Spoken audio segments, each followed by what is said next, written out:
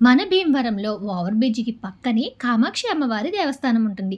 వందల ఏళ్ల నాటి చరిత్ర ఉంది ఈ దేవస్థానానికి. ఈ మధ్య కాలంలో అమ్మవారి దేవాలయాన్ని కూడా మరలా పునర్నిర్మించారు.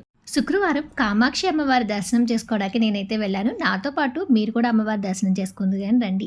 ఈ దేవాలయ నిర్వహణ మొత్తం కూడా విశ్వబ్రాహ్మణ సంఘం వారులైతే నిర్వహిస్తూ ఉంటారండి. అందుకని చెప్పి మనం గుడిలోకి ఫస్ట్ ఎంటర్ అవ్వగానే ఇక్కడ పోతులూరి వీరబ్రహ్మేంద్ర స్వామి వారైతే మనకి దర్శనమిస్తూ ఉంటారనమాట. ఈ గుడికి ఇంకొక ప్రత్యేకత ఏంటంటే ప్రతి అమావాస్యకి ఇక్కడ ఒక నాగుపాము వచ్చి కుబుసం విడిసేదట. ప్రత్యేకగా సుబ్రహ్మణ్య స్వామి వారికి కూడా ఇక్కడ పూజలు చేస్తూ ఉంటారు. అలాగా స్వామివారికి ప్రత్యేక అభిషేకాలు జరుగుతూ ఉంటాయన్నమాట. బ్రహ్మం గారి మఠం ముందే ఇలా సుబ్రహ్మణ్య స్వామి వారిని పెట్టి మనం వెళ్ళిన వాళ్ళందరూ కూడా అభిషేకం చేయొచ్చండి. ఎక్కువగా పిల్లలు పుట్టిన వాళ్ళు, పెళ్ళిళ్ళు కాని వారు అయితే ఇక్కడికి వచ్చి అభిషేకం చేయించుకుంటూ ఉంటారనమాట. అమ్మవారి దేవాలయ చరిత్ర గురించి మనమైతే తెలుసుకుందాం. వందల ఏళ్ల క్రితం అయితే ఇక్కడ పచ్చని పొలం అయితే ఉండదంటండి. ఈ పొలం యజమానికి అమ్మవారు కలలో కనిపించి, నేను మీ పొలంలో వెలిసాను, నాకు ఇక్కడ గుడి కట్టించమని అడిగారట. అప్పట్లో తాటాకులతో చిన్నగా గుడి నిర్మాణం చేసి చెక్కతో అమ్మవారి విగ్రహాన్ని చేసి ప్రతిష్ఠించారటండి.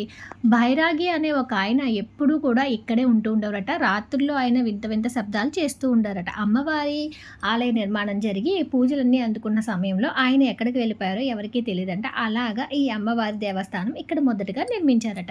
ప్రస్తుతం అమ్మవారి దేవస్థానం చాలా అభివృద్ధి చెందింది. అమ్మవారికి ఇక్కడ ప్రత్యేకమైన పూజలు, అభిషేకాలు జరుగుతూ ఉంటాయి.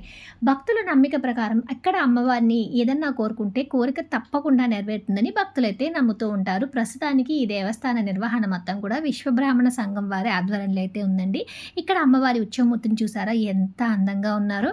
కామాక్షి అమ్మవారు అంటేనే ఎప్పుడూ అందంగా కనిపిస్తూ ఉంటారు కదండి. దసరా నవరాత్రుల్లో ఇక్కడ ప్రత్యేకమైన పూజలు జరుగుతూ ఉంటాయండి. ప్రతి శుక్రవారం కూడా ప్రత్యేకమైన విశేషమైన పూజలు జరుగుతూ ఉంటాయి. అమ్మవారి దర్శనాన్ని మీరు కూడా ఒకసారి చేసుకోండి. అమ్మవారి గర్భగుడిలో చూసినట్లయితే ఒకవైపు వినాయకుడు, మరొక వైపు కుమారస్వామి మనకి దర్శనమిస్తూ ఉంటారు. ఇక్కడ అమ్మవారిని చూడడానికి చాలా చాలా అందంగా, ముగ్ధ మనోహరంగా అయితే ఉంటారనమాట. వీరిని వాళ్ళు తప్పకుండా కామాక్షి అమ్మవారి దర్శనం చేసుకొని అమ్మవారి దయకు పాత్రలు కాగలరు. ఓం శ్రీ మాత్రే నమః. ఇలాంటి మంచి మంచి వీడియోల కోసం మన ఛానల్ తప్పకుండా సబ్స్క్రైబ్ చేయండి. వీడియోని లైక్ చేయడం అసలు మర్చిపోద్దు. అమ్మవారు ఎలా అనిపించారో కామెంట్ సెక్షన్లో కామెంట్ చేయండి. Thank you for watching.